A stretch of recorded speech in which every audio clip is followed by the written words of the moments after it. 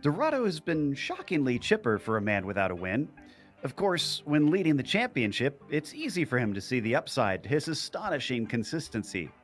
Still on the hunt for that elusive victory, Canada might just provide him the chance. We'll see if he can do it today at the halfway point as we get ready to watch round 6 of the Lotus 49 Grand Prix Legend Series. And you'll see it all live here on the Global Sim Racing channel and the iRacing Esports Network. Hi, I'm Joe Peak, and with me in the booth is Ryan Walker. Behind the scenes is our director, Sean Crackers Ambrose, and he's using cameras provided by Dougie Beard. Canadian Tire Motorsports Park really did see this car compete here. This historic combination deserves a little bit more attention, so why don't we head on down to our track guide?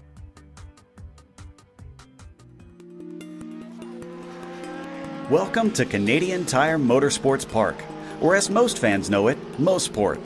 This circuit to the northeast of Toronto is a rarity in the world of racing today.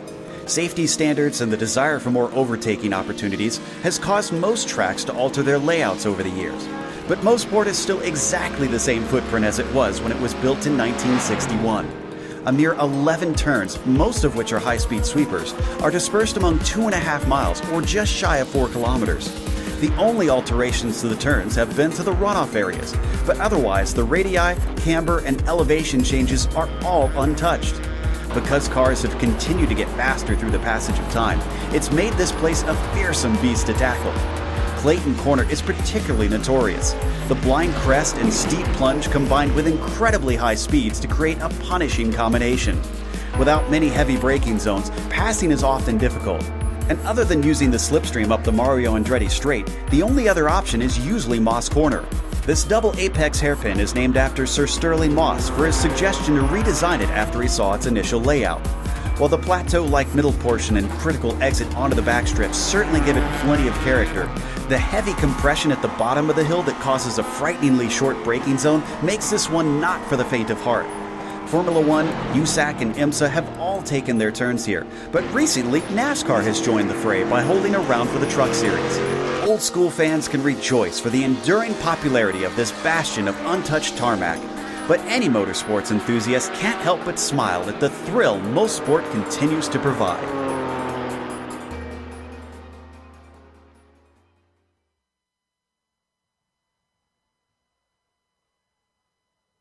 I remember when the Lotus 49 was released, the first track that they set up for it was, of course, here at Mosport, since it's one of the few that is still the same layout that this car ran. So, Ryan, how is it going to handle with this combination?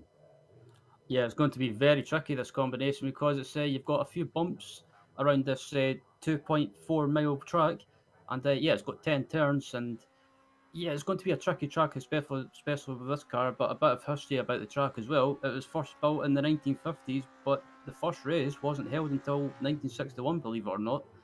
And yeah, a few series I've visited here in the past or recently as well. The IMSA Sports Car Championship, the NASCAR Truck Series, and the FIM World Superbikes Championship, and also the old American Le Mans Series, formerly known as the WeatherTech Sports Car Championship now, and the old IMSA GT Championship. So a bit of series of, or quite a lot of series I've visited here in the past, and today it will be host to the Lotus 49 Series. We have seen a lot of action of a variety of cars. Even NASCAR has competed here. Now, let's take a look at the championship. And as I mentioned, Dorado leading the way with a decent gap back to Uwe Trangerade, of all people. McLaren's not been, well, he's been having an up and down season. We'll put it that way. It's kind of all or nothing for him so far. And Rob Olenek is between Trangerade and Claridge right now, sitting in third with Parigi back there holding on to the fifth position. What about the F2 championship? Sort of the amateur championship they have in this series, Ryan? So the F2 Championship is currently being led by Germany's Andre Schumacher, who's having or been having a consistent season, I should say. But he's been closely followed by Finland's Jan Lehmann in second place. So it's still really close at the top between those two. And then you've got America's Dave Cohen in third place with a Japanese driver in the series. Good to see a Japanese driver in the series with Togo Hashida in fourth place, and France Emmanuel Pereira in fifth, rounding out the top five. For this series, they have what's called the Nations Cup. This is how they used to do the Constructors' Championship back in '67. So it is counted by country. Brazil leading, of course, with Dorado having all of those second places. But the UK is at least in second place. So Mick Claridge's three wins has helped them up into that second spot. Trangrade only able to bring Norway up into third. He's doesn't have too many people helping him in that realm. The U.S. and Finland a little bit farther down the order. Finland trying to get their way higher up. They have ways to go to make any spots here. Well, let's take a look at the race details, and just in case, Ryan, we have any new viewers. Absolutely, and yeah, this is round 6, and we're just about halfway through the season already. Which is quite amazing because it was only yesterday the season was starting, and it's 27 laps a day with it always being a standing start, and the setup is always is open, so you are free to make any changes. And the incident limit is always is 17x, so it will be a penalty, and if you get to 25x, you will be automatically disqualified from the race. Now, before we get to the qualifying, if you're looking to take advantage of GSRC's over 1 million global monthly impressions, from official series sponsorships to commercial placements, we have advertising options customizable to suit your company's needs. Follow our link in the description below if you want to learn more about how you can get your company on the air. Right now in the qualifying, it is Mick Claridge actually who holds the pole position, but it is not by much here, Ryan. Half a tenth between himself and Dorado, and Dorado's just completed his second lap, and he's going to take the pole away. Still less than a tenth between them. Claridge comes to respond, but he does not go quicker. Ooh, this is looking even better, Ryan, now for Dorado to potentially finally get that win. Yeah, absolutely. Rafael Dorados came so close on many occasions this season to taking his first one, but he's just slipped out of his hands. He came so close to winning at Imola last week, and unfortunately, Jamie Philippe beat him in the closing stages of the race, so Dorado had to again settle for second place. But I think this could be Dorado's best opportunity to take his first win, and at the moment, so far this season, he's doing really well, and he's my if it was to come down to picking a driver to take the championship, he would be my prediction. Dave Cohen come across the line, getting himself on the board finally. This is Hideki Koivisto down in 19th. I'm also watching Schumacher because he's up to 5th. For being in the AM Championship, he certainly has quite a bit of pace, and it looks like he's not going to improve, so he'll stay in P5. Now we look to Colin Bentley, who's in 7th. Second lap not counting for him, so we'll have to settle for 7th. Yep, absolutely. And at the moment, the surprise man in qualifying for me is Bill Tyler. He's been having a good season so far. He's always finished consistently well, but I think this at the moment is his best qualifying of the season. So good to see Bill doing well in qualifying, and also another driver I just noticed as well in fourth place is Yuri Geisen. So yeah, good qualifying from both of those drivers. Schultz not able to go quicker on that second lap, so 21st for him. So we look a little farther down. This is Meyer. He's already completed both of his laps, so he's just getting a little bit of warm up at this point. Cohen has got one last lap to try and get higher than 23rd. Can he crack into the top 20? Down into the line. It's a 17, 2/4 tenths faster, just on the edge of it. He goes to 20th with that lap. Nice lap for him. As they're looking at Sebastian Texier as well, coming around to complete his qualifying lap into the final few corners, and probably one of the trickiest sections on the track from my experience. And Sebastian at the moment currently sitting in ninth, coming around the final corner, and it looks like I don't think he's going to improve. Nope, it doesn't look like it. That is a slow lap for him, so must have had a major error, and you can see that one did not count. So seems he must have had an off track somewhere. Is that anybody else, or is that everyone? I think we've got everybody in. Kyle Reed, does he have enough time to get to the line? Yeah, it looks like he does. Just under a minute to go. So sitting in 25th with a 17.9. We are only lacking one person to put a lap in. David Lambie, he's not out on track, so he will not have time. He'll start from the back of the field, coming up into the S's. Very tricky in this car without much downforce on it, as it swings back into turn 9 and then into White's corner, that last slow right-hander. See if he can improve in that 17.9 as he crosses the line. Nope, that one did not count for Kyle. Off track somewhere, must have nullified it. So that'll end our qualifying. Let's go through the starting grid with Dorado on the pole. And Mick Claridge will be starting next to him, trying to deny him once again. Bill Tyler starts in P3 with Yuri Giesen in 4th position. Andre Schumacher, good enough for 5th. Incredible. Paul Foster starts 6th today with Colin Bentley on the inside of the next row in 7th and Togo Hisada in P8. Sebastian Tixier will be in 9th and PJ Gowdy rounds out your top 10. Finland's Marco Kikko will start in 11th. Alongside him is another Finnish driver, Jan Lehmann, with Wout Olsen in 13th. John Olsen will be in 14th. Alongside him in 15th is John Van Dorn, with Randy Hu in 16th. Mariko Gringsinger in 17th, with Chris Engler 18th. Heideki Koivisto in 19th. And rounding out the 20th is Dave Cohen. Massa starts 21st today with Osmar Schultz in 22nd. Then you got Andrew Ang in 23rd, flanked by Andre Bruno in P24.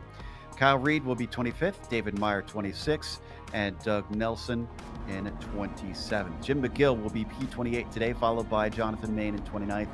Richard Tucker in 30th. Last driver to put a time in was Brandon Robertson, and David Lampy, who we mentioned, will be slotted in at the back of the grid without a starting time today. As we wait for the rest of the drivers to find their way to the grid, there's only a couple left, and then we'll get going racing here for the halfway point of the Grand Prix Legends Series.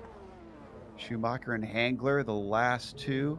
It looks like Hangler's found his way out there. Schumacher just making sure his setup is right for race conditions, which we'll go over in a little bit here, since we're getting ready to go pretty soon.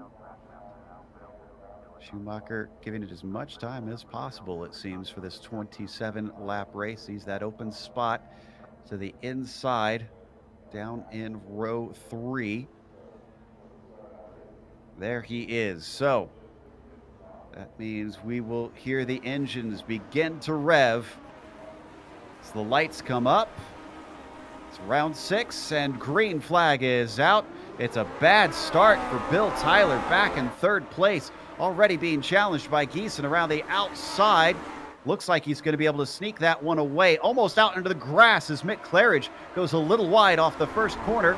Still a bit of a challenge between Bill Tyler and Schumacher as he loses another spot. They're going to get through Clayton Corner solidly and seeing if anybody in the background goes off, but so far so good. This is looking like a clean start, Ryan. Yeah, just looking throughout the field as well, and it looks like there's no issues at the moment. Everyone's managed to keep it in one piece as we come down into Moss Corner, and Mick Claridge closes up right up on the Rafael Durando under braking as they head down onto the back straight, and Mick Claridge is looking to be a lot closer now. We had a first problem with Eugenio Massa coming down turn 4. Paul Foster off in Moss Corner. So a few issues, but our leaders so far so good, as Claridge has got great top-end speed catching up the Andretti straight to Dorado. And this battle that we're watching a little bit behind them between Schumacher and Tyler, who's desperately wanting to get back on the podium, and Schumacher's off. He comes back across the course, and poor Bill Tyler, a nightmare of a start as he gets wrecked. Whoa, I thought Schumacher was going to spin round there when he went backwards and collided with another car. We've got a replay now of what happened, and yeah, just unfortunate. Schumacher, I don't know if he clipped that curve or if he got tagged from behind. It looked like way too much curb to the inside. Man, Tyler has got to be wondering what happened there. And Giesen just lost his spot, actually. Colin Bentley moves into 4th place. So Tixier up into 3rd from all the chaos that we just witnessed. Nice start for him as well. An eye on Claridge, who's still within 3/10, and they are the class of the field. 5-second gap to anybody behind them already. We haven't even completed lap 2, Ryan. Yeah, I was just about to say, I was looking at the gap to third place, and or the rest of the pack behind, and these guys have pulled away and built up a massive gap already. And we're, like you say, we're only on the second lap. So yeah, these guys are pretty much just dominating at the moment. Drivers finding this very difficult. Jim McGill, we don't need to go to it. He had an off course up the Andretti straight. Oh, and Tixier. Did Tixier have a problem? He's in pit lane.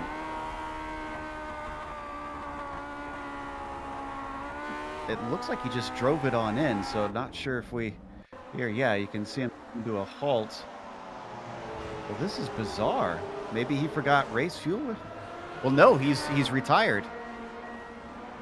I am a bit baffled as to what happened to Sebastian here, so we'll come back to that in a bit. Let's go to our leaders as Mick Claridge all over the back of Raphael. Yeah, he's absolutely putting the pressure on Dorado at the moment, and Rafael Dorado, I don't think he's going to, maybe in the past, in the previous races so far this season, I don't think he's going to let Mick go by that easy, especially around Motorsport, because yeah, I think he wants a win so badly this season, and Mick Claridge tries to go around to the outside, but he can't do anything about it at the moment. Got to be intense for Raphael, knowing that a win is on the line. An update, Colin Bentley got shoved from behind. I think it was from Togo Hisada. Don't need a replay on that. Both of them are able to get going once again. Let's stick with this battle as the yellow and black machine of Mick Claridge continues to hassle Raphael Dorado. Oh,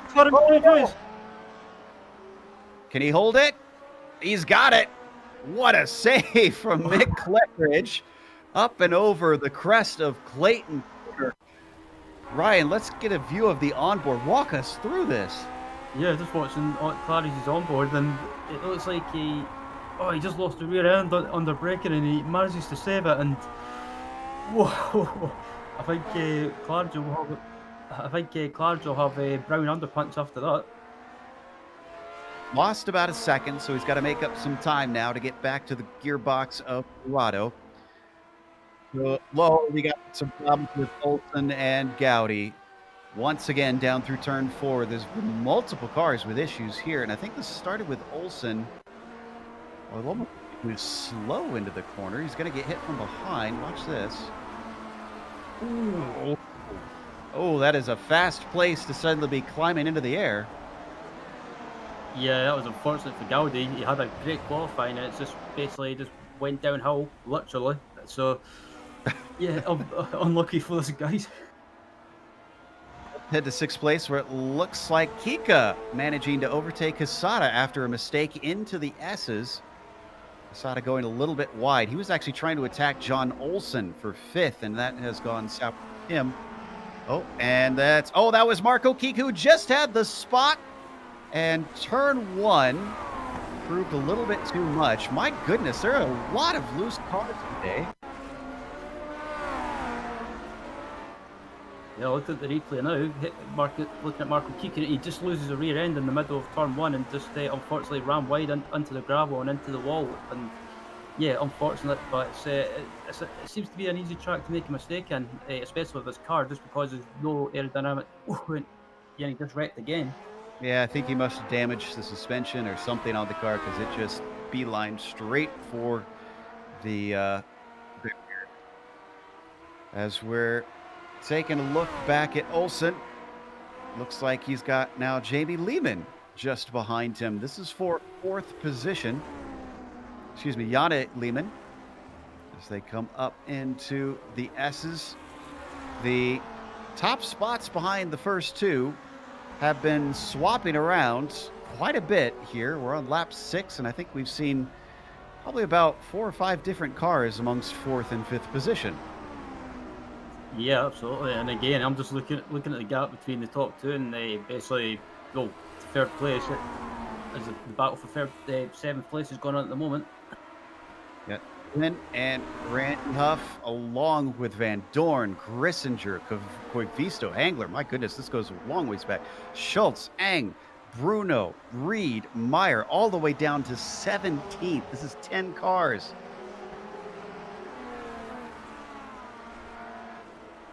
There's a good view of how many of them are all packed together as they swing down into Moss Corner. Cohen leading the way, dealing with Randy Huff just behind. And our leader finds himself under threat once again. Was there a mistake from Dorado? Because Claridge has gone from a second back down to 3/10 behind. Yeah, I'm just having a quick look at my replay, and it looks like Dorado might have got slightly held up by a back marker on the exit of Moss Corner, so that's allowed Mick to close right up to him again. And Rafael Dorado, he's doing a good job at the moment and managing to keep his composure and not do anything too silly. As I say that, he gets a bit sketchy in the middle of turn 2. I was, if I can get a word in edgewise, because so much keeps happening out here. We keep seeing cars slip out and get turned around in these corners, Ryan. But I'm looking at the temperature, and it's not extreme. In fact, it's kind of right smack dab in the middle. Only 82 degrees Fahrenheit today. So I'm a bit baffled as to what's causing so many errors. Yeah, I'm the same. I'm considering Motorsports an easy track to make a mistake, but the amount of mistakes I've seen from some of the drivers already is just unbelievable. So maybe it's just maybe being in a pack, it's causing a bit of a concertina effect, and drivers maybe just being caught out maybe by the carrying too much speed, especially in turn 1. A little bit of lap traffic in front of our leaders. That's Paul Foster. I know that allowed Mick to catch up. Now, can it allow him to make a pass? That's been the difficult bit today, as there's not many good places for overtakes at this circuit. Starting lap 8 now, down and through turn 1. He's holding on and keeping himself in touch in case an opportunity arises. Yep, absolutely. Claridge's done a good job. And as the battle between Lehman and Hosada is still going on at the moment. Looks like he just got by as he's going to try to get to the inside. Hosada is not able to do it down into turn 1. It's a fast sweeping right-hander through there. And then up and over Clayton. Much stronger into the corner. Too strong into the corner, maybe. Lehman taking it all the way outside, nearly into the grass through turn 2. Yeah, I thought he was going off into the grass there for a minute. He ran offline ever so slightly, but manages to get it back together and regroup and manages to stay ahead of Hashida. And up ahead of them, that is Robertson. That's a lapped car, so that's not for position. He's going to try and stay out of the way. Definitely compromises both their lines, but seems nobody gets much of an advantage out of that interruption, and they continue on up the Andretti straight. Yep, absolutely. Lehman starting to. I thought he was going to pull away, but it looks like Togo is closing back in on him as they head into the final few corners. As the battle for the lead between Dorado and Claridge is still going on at the moment, and again Dorado gets ever so sketchy in the middle of turn 2. And they've already overtaken Foster, so they're clear of him. Doesn't seem to have allowed Claridge the chance that he was looking for. Out of Quebec and down into turn 4. They swing through here at about 130 miles an hour and then brake as it climbs back uphill into Moss Corner. The ever critical exit onto the Andretti straight. Dorado looking very clean. Look at the gap he's managed to pull over Mick Claridge at a critical moment. Yeah, again, like I say, he's doing a great job of defending, and he's just made a gap ever so slightly. But Claridge is not letting him get away that easy. But I think if you're Dorado, it's kind of, you've just got to defend it, not defend like your life depends on it, but not make it easy for Mick to get by, because Dorado, he knows he's in contention for the championship, and also, as it looks like Allsmore has had a problem. I think Schultz had a little bit of contact with a lapped car. You can see that's just after the contact there, and then he's going to go off here at turn 4. Yeah, it looks a little bit out of sorts, and as soon as he touched that grass, it was good night. Yeah, that was unfortunate. He just went offline and caught the grass, and I don't know what he was doing. I was just watching his onboard. He was trying to keep his foot in it, and with this Lotus 49, if you try and keep your foot in it on the grass, you're just basically on a one-way ticket into the wall. Down in 5th position, Lehman leading Hosada as they come over the crest into Clayton Corner. Once again, taking a very wide line. I know you square off that corner, but Yanni certainly looks like he is not afraid to flirt with the outer edge of the pavement.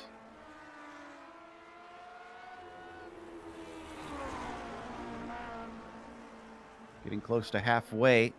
So we're already into lap 10 here. Togo, who started this race in 8th, up 2 positions. But Lehman started in 12th, 7 spots up. And the car ahead of him has even more than that, as Olsen has gained 10 since the beginning of this race and got himself up into 4th. No chance for Hisada up into the S's for this time.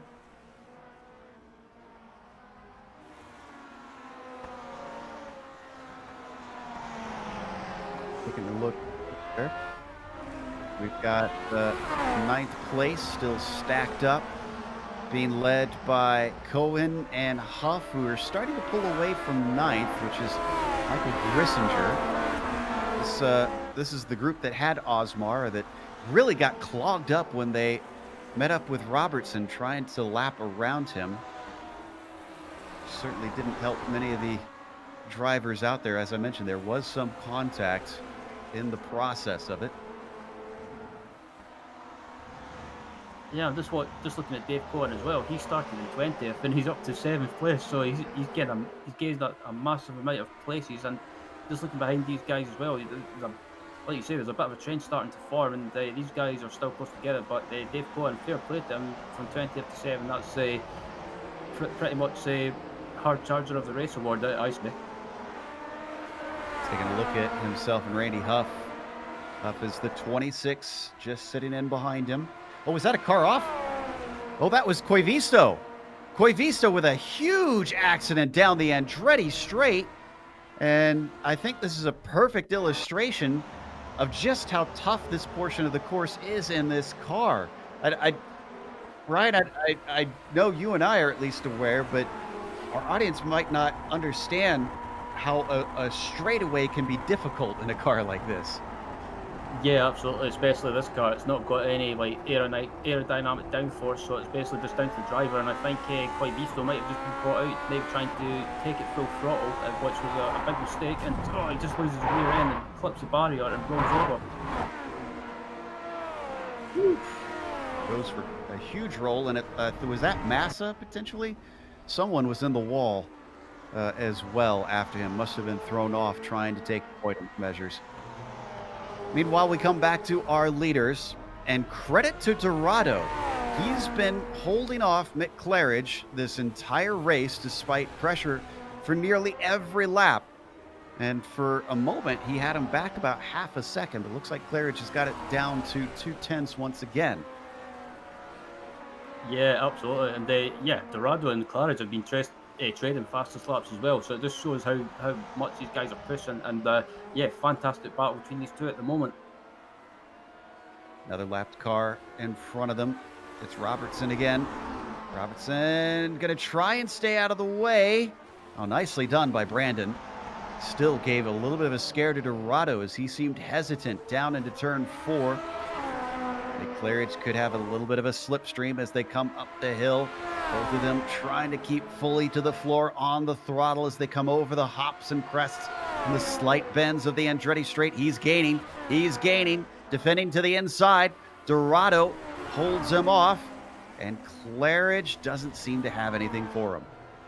Yeah, I thought Claridge was going to throw up the inside there, but he's real close now, and Dorado defends the inside line into the final corner, and then Claridge gets a great run as Dorado gets a bit sketchy on the exit.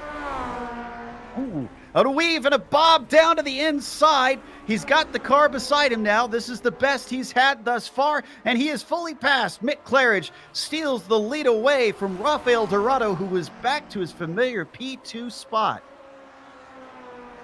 Yeah, I think Dorado will be kicking himself for that little mistake, but he's trying everything to try and keep up with Mick, and I think it might not be a bad thing, Dorado being behind him. He might be able to use that slipstream to keep up with him. Now, we've had some interesting stats happen over the course of this series because we've covered it for multiple years now, and 4 seasons per year. You tend to rack up some odd ones. But never before have I seen a driver finish in the same position for 6 races in a row. The entire half of the season, Dorado is on course to do that at this point, unless he can overtake Mick Claridge. He's got a little bit of a run here up the Andretti straight, but I don't think there's anything serious ready to happen here. Now, worth noting, Ryan, I'm looking down the order. We've talked about all the cars that have had problems. I think we're down to something like 19 cars left at this point. Yeah, round about that. It's quite amazing. There's been Motorsport is one of those tracks. If you make a mistake or get caught up in an incident, that'll bite you. And yeah, Motorsport proving once again that. Yeah, also the battle between John Olsen and Togo Hasada is going on at the moment. This is the battle for P4, I believe. Let's see if there's been a mistake from John or no. I think this is Togo just catching him up just by pace because I'm not seeing anything super out of the ordinary from Olsen here. Well, that climb, taking advantage of other people's mistakes, has allowed Olsen the track position, but now he's got to be able to hold on to it, keep his pace up, and fend off the charging number 14 car.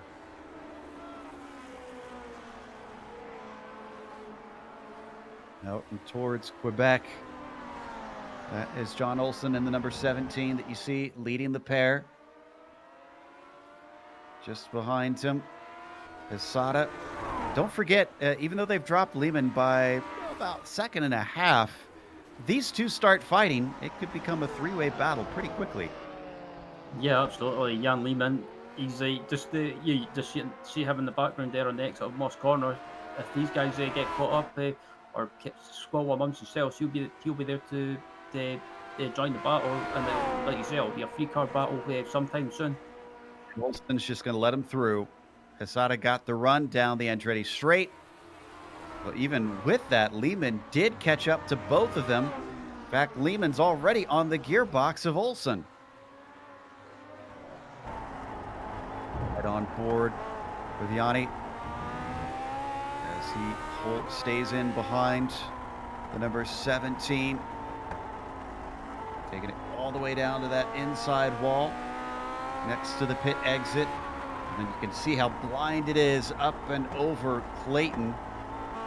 Car hopping as the suspension has so much travel in this old thing.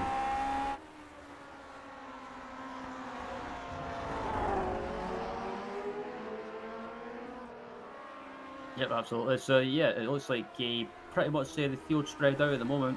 They've still got the battle for the lead going on, and they've also got this battle for P4 going on as well, or basically P5 now with Hasada starting to pull away. And yeah, young Lehman's right behind John Olsen now. See if Olsen's going to be slow in a straight line yet again. Lehman gaining. He's going to have the slipstream. Thinking about the inside. Olsen covers him off at first, but comes back to the racing line. Lapped car ahead of them in the form of Robertson. Stays out of the way. Everybody's through cleanly. Yeah, that was good awareness by Robertson. He managed to just stay wide and just let him through, and without any issues. And it was good heads-up driving by him. Down to 14 cars left on the lead lap. Is the last of them. They're coming up to him pretty soon here. Oh, has Dorado got a run? Dorado's got a great run. This is going to cause a defense from Mick Claridge. Looking around the outside, touching the grass. Dorado having to hold on to it. Oh, holy moly. I both saw the same thing. I saw that car go a little wide, and I thought, oh, no. But Rafael keeps disaster from wrecking his race and spoiling his second-place finish streak. Up in front of them, John Main. Going to stay off to the right side of the track, and this is not going to work out well for Dorado.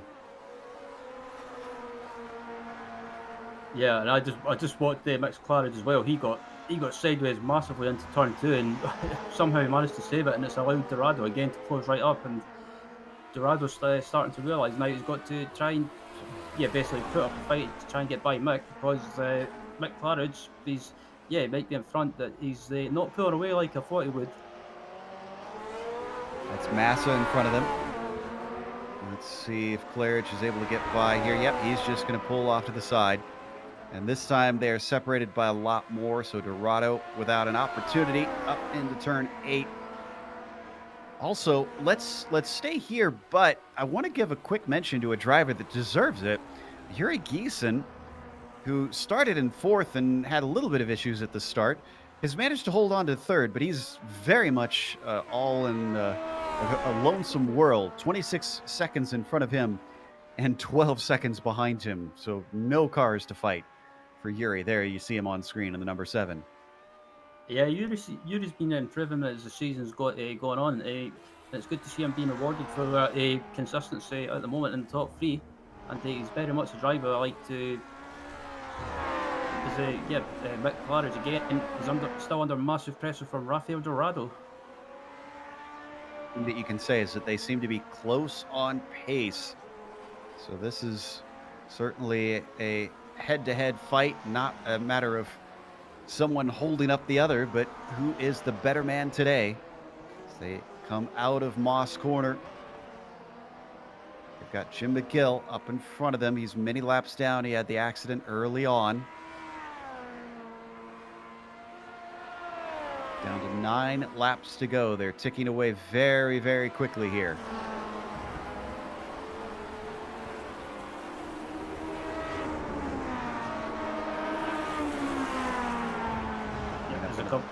Go ahead. I was just going to say they're just coming around the final few corners now, and Dorado again, he's really, really close now, and this is probably the closest he's ever been so far. We've seen it's so tough to try and overtake, though. Lap traffic has been very polite, hasn't offered too much in the way of chances. In fact, so polite that Jim McGill's going to go all the way off course to let them through Clayton. So clear track ahead once again. Down and through Quebec. Mick Claridge on 3 wins out of the 5 rounds. Missed out in Imola, and he missed out at Laguna Seca. The win at Laguna went to Uwe Trangrade, of all people.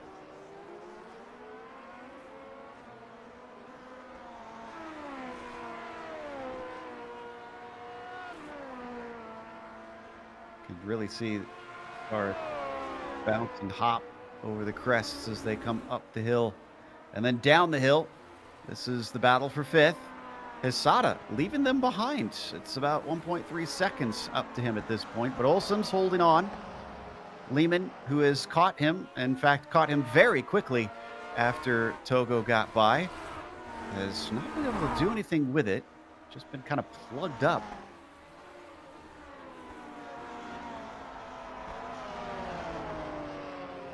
It's come up to the Mario Jetty straight away now, and it looks like Lehman might get a run now as he's trying to take a look. Let him through. I think that's just an admission of defeat there from Olsen. As now that he got the better run, Yanni is up into the top 5. Still, I mean, no wonder, like I said, Olsen started in 14th. And the way that he has climbed forward, he's still going to be in 6th spot. This will be a big day for the number 17 car.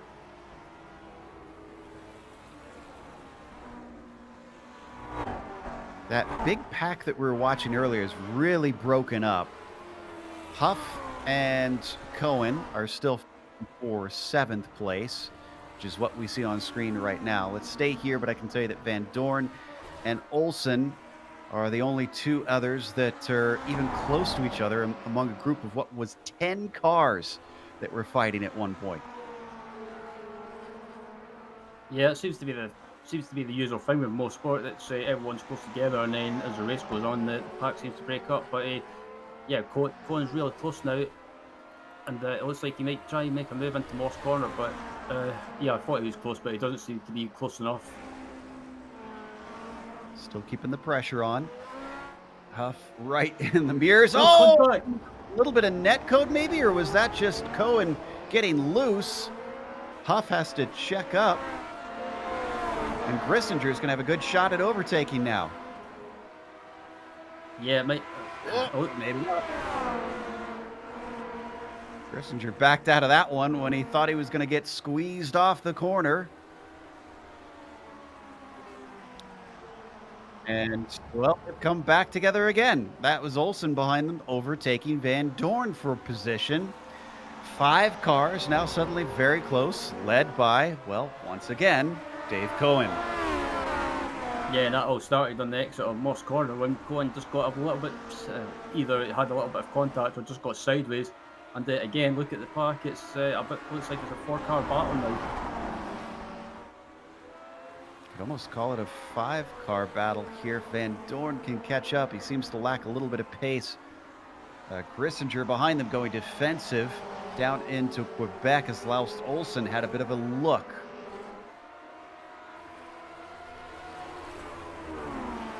How far away? You know what? There's going to be a huge wrench thrown into things pretty soon here, Ryan. Well, as definitely a wrench of its own. That was Randy Huff going off in Moss Corner, loses a whole heap of spots, falls down to 11th. What I was going to say is that our leaders are coming up to the back of this group pretty soon. And I'm amazed that Huff never. I'm amazed that Huff never wiped another car out. That was a heart and mouth moment. There's our 2 leaders. That battle rages on in the midst of that group. This time with Grissinger and Olsen with a little side by side. I think it's only going to be maybe a lap and a half before we get the top 2 starting to interrupt things, and then. It's one thing to be patient when you're back marker not fighting anybody, but I mean, are these guys going to be willing to hold off and let the leaders through? That's a bit of a difficult one. I mean, if you're in a battle, you don't want to give way and lose too much time. But on the other hand, you don't want to hinder the leaders. But it's a tough situation to be in. Still, Laust Olsen in the yellow machine, challenging for 8th place with Grissinger. They come down through turn 4, braking at the compression at the bottom of the hill. Back up over the crest into Moss Corner. And then onto the Andretti straight. The thing is, Cohen's loving this. The more those 2 battle behind him, the bigger a gap it gives him ahead. And the less pressure he feels. Grissinger is going to feel the pressure as Olsen gets the run. Up the Andretti straight, side by side and around the outside. Laust Olsen now up to P8. Yeah, that was a nice move by Olsen.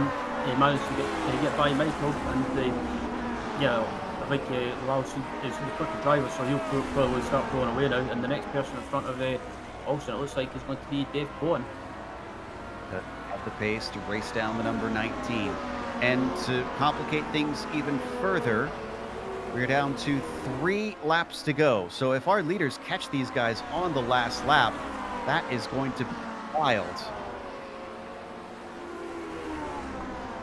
There is Mick Claridge. You can see just hints of the pack in front of them now. It's 2 storms coming together. Absolutely, and it'll be interesting to see what the back markers do. Like you asked there, will they give way or will they not make it as easy? I think this is the back markers is the only chance that Rafael Dorado's got if they close back up to Claridge, because Claridge at the moment just seems to be controlling the pace. But again, Rafael Dorado seems to get a better exit on Moss. Wilson's starting to come forward. Up to Dave Cohen. He's got it down to 0.4 of a second. He seems to have much better pace. Oh, but he sends it in way too deep, and he's off course at the S's rather. He holds onto it, but he allows Grissinger through, saves it. I'm not sure how. I thought for sure for the barriers. Just look at the replay now to see what happened to Olsen. He just missed the turn and just went offline ever so slightly. Caught the grass ever so slightly as well, but manages to keep going. And drivers go off there and unfortunately wreck other cars themselves, as now we must focus on the top 2. They truly are at the back of the pack at this point. That's John Van Dorn ahead of the yellow and black car of Mick Claridge. They come up towards turn 4 here. And he's going to be let to the inside. Oh, but he clips the curb, has to catch it. Dorado can't take advantage. In fact, he's going to be held up at the second apex, so it comes out even. Yep, and if I'm Rafael Dorado, you've got to be so frustrated because every chance you've got of closing back up to Claridge, it just seems to be compromised because of back markers. But it's just one of those racing deals. Turn 8 and 9. Now into White's corner as the white flag is waiting for Mick Claridge for him to claim victory number 4. Yet more cars that they need to lap. They really will be trying to overtake them on the final lap of this race. Olsen up in front of him. Olsen's not hopping out of the way very quickly. So far, he's not holding him up, though, Ryan. And there it goes. Looks like he's going to stay off to the side. Claridge gets through, but Dorado does not. That could be race over. Could be. And Dorado again just caught a back marker in the wrong place at the wrong time. And it's I think from here on in, it's just a case of Mick getting it round to the start finish, and the race one is his. Dorado's by. Claridge has the couple more. That's Grissinger up in front of him. He's going to pull off, and I think he motioned for him to go by. Yep, there he goes. So there's 1, and there's 2, but Dorado's going to get stuck. Oh, man, the racing god's just not smiling on poor Rafael, who is going to get second place yet again for the 6th time in a row as Mick Claridge wins today from P2 on the grid. Giesen, a distant 40 seconds behind. But the P7, or the number 7 car rather, is going to probably still be appreciative of coming home with a podium.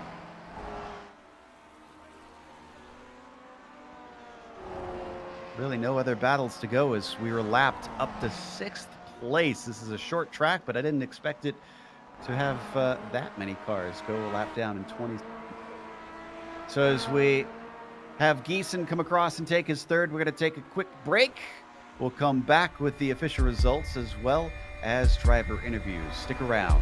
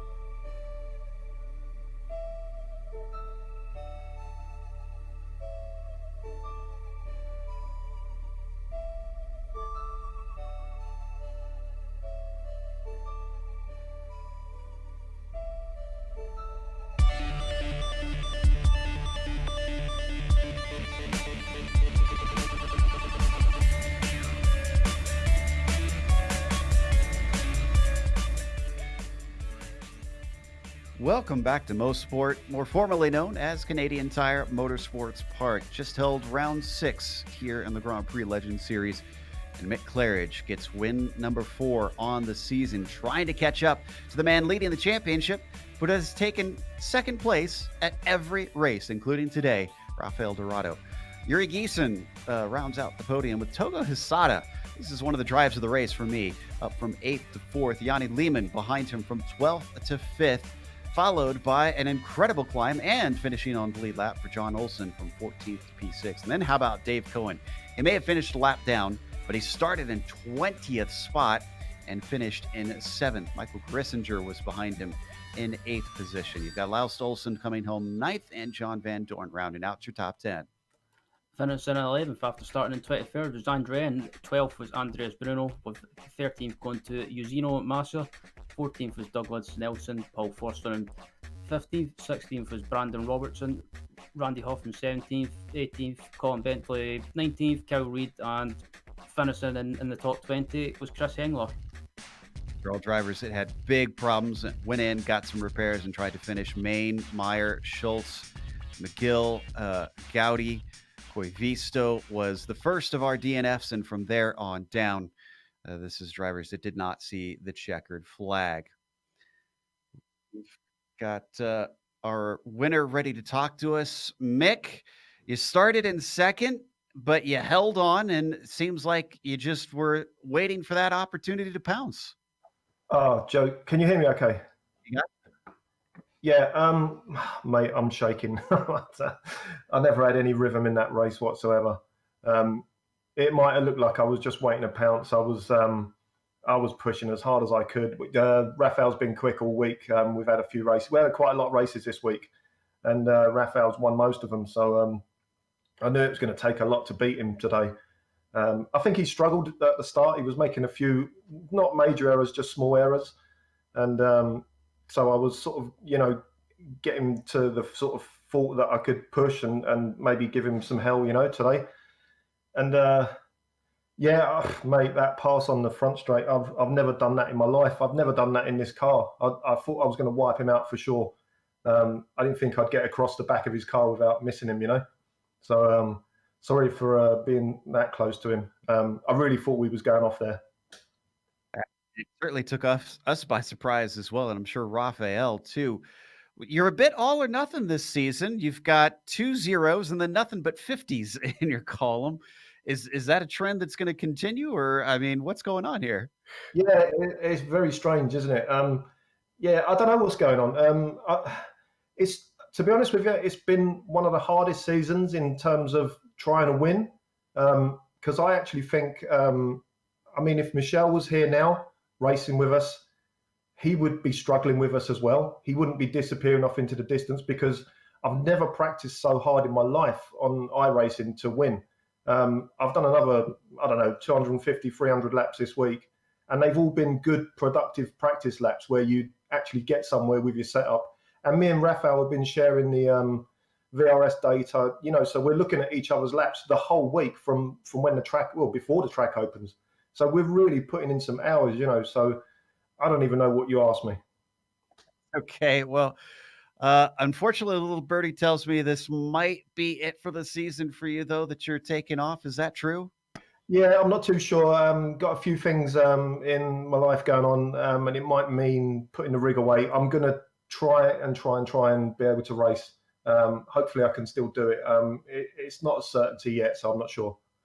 We hope for the excitement that we've been seeing that we do get you back for some more. Again, congratulations on the victory, Mick, and looking forward to talking to you later on. Yeah, cheers, Joe. Mick Claridge, our winner here today. And then we've got Ryan Walker with Rafael Dorado again in P2. Yeah, Raphael, but I've asked it before. It must be frustrating being the bridesmaid and finishing in second place after coming so close to a win. Your first one's got to happen at some point, right? Yeah, I can say I'm happy with second place again. But on the other hand, Mick is a really great rival. And as he said in his interview, we are pushing each other hard. And I think every goal that you set for yourself it's more rewarding if it is really difficult. So I am happy in a way that it's really difficult to win a race against Mick, because when I do, it's gonna feel even better. But so far, what I can tell you is that I still need to improve if I want to win. I'm still not at the top of my game, and I will try working harder. I hope Mick can continue this season because I have had so much fun so far. So the goal is to work even harder than I've been working so far to see, when I can finally beat Mick Claridge.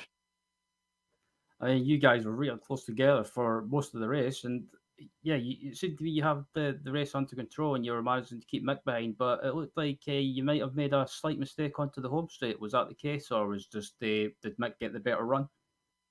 I don't know how much it was people could see in the broadcast, but this was one of those overtakes that was set up on the back straight. So I think Mick set it up after Moss corner. He got a better run than I did, and also there were a few back markers, if I remember correctly, that were not bad but distracting. So he got a better run, and that made me brake way too late, I think, for the S's, and then I had to defend going into the last corner, and that put me in a compromised position for the front straight. I tried to cover the inside. I thought he was going for the outside, but then at the last minute, he put it on the inside. So it was really, it was not an easy move for any driver to make, and I don't think many drivers could have executed an overtake as well as he did. So, congratulations to Mick, because that was, for me as a fan of motorsport, that was really impressive. Yeah, and looking ahead to next week, you finished in second place, but again, I think anyway, a win for you. The one for you, your first one will happen at some point. It's just a matter of being patient. And looking at to next week, we head to Belle Isle, Detroit. Is that a track that you're looking forward to? Yeah, I never driven there before. It's gonna be a new one, but from what I checked out about the layout, and I was watching people streaming races there during the week, so I can start to learn the layout. It seems to be a really fun track. It seems to be a track where it's gonna be very easy to crash, maybe because of all the walls. And I have the advantage that I still have 2 drop weeks in the championship that I haven't used, and Mick hasn't used any. So in a way, I can take way more risk than he does, even though I don't think this matters too much to him. Which means that in the following races, I will try to be a little bit more aggressive and a little bit more daring to try to get the win. Good stuff. Well, again, congratulations on second place, Raphael, and we'll look forward to seeing you on track at Belle Isle next week. All right, thanks for the broadcast, guys. Thank you very much. As I believe up next, Joe, you've got the third place finisher, Yuri Geisen, next to you right now. Yeah, Yuri, welcome in from the wilderness. It looked like it was kind of lonely for you up there. Yeah, that was not expected, especially not with the action in the first few laps. And I'm glad I qualified as far forward as I did, I suppose. It looked like you had a few troubles at the start that sent you backwards, but then it was repaid just by keeping it clean. Was that your approach, for most of the race, just kind of keeping it on the tracks after seeing so many people fall by the wayside? Oh yeah, actually, I took my Joker lap early on, and then after that it was like, okay, I got a gap, and after a few laps I noticed I could get away without really pushing it. So I felt like, okay, if I just do these 16 laps, these 16 116s all the time, then I'm probably gonna be able to do this. Just so I kept with that, and then I think I reminded myself of that about 20,000 times during the race, because I tend to wander off with my thoughts. So it was kind of a mental challenge. I totally feel you on that. I have that same problem. What do you think caused all these issues today? We were even commenting that we were baffled as to why so many cars were spinning and having issues. Yeah, it's a track. I think it's a really difficult track to to get the car on. You really have to sort of feel how it settles and keep it going in the turn. And it's just so easy to apply the throttle a little bit too soon in one of those long corners, or to break into it too fast, and it's just nothing you can do then. So it's really about taking it easy and controlling the car through a corner, and it's just more difficult than I've had it, for example, at Watkins or well, most other tracks that I've been at. It's a real challenge, this one. Again, congratulations on a podium today. Is there anybody you'd like to thank before we let you go? Well, I'd like to give a shout out to all the people that have joined in the last few weeks. It's great to see so many new people and new faces, and I hope they stay. And obviously, to you guys for broadcasting again. It's been great so far. I love watching these races. Coming and talking to us, Yuri Geisen, finishing in third here today. That's going to close us out with, of course, a thank you to the Lotus 49 community for bringing us back for another season of coverage. Also, a thank you goes to the companies that provide the software and the hardware for our broadcasts that are listed here on your screen. And along with them, thanks to June Lalonde, who provides our wonderful music. Thanks to the team today, Ryan, Sean, and Doug. If you'd like to find out more about GSRC, including upcoming races, you can find it at globalsimracingchannel.com. Or you can check out our social media, which includes Twitter at GSR Channel, Facebook, Global Sim Racing Channel, and Instagram at GSRC_Graham. If you'd like to support us, check out our merchandise store, linked in the description below, gsrc.storenvy.com. And while you're there, make sure and subscribe to the channel. The next race, as we mentioned, heading over to Detroit. That'll be Saturday, October 31st. Spooky day for a scary track. That'll be at 9:30 a.m. Eastern. We have upcoming races for other series listed on the screen, so check those out and mark them down on your calendar, including, coming up in just a couple hours, the Camel GT Series goes to Mid-Ohio. That'll be at 1 p.m. Eastern. Till next time, race clean, race hard. We'll see you on the track.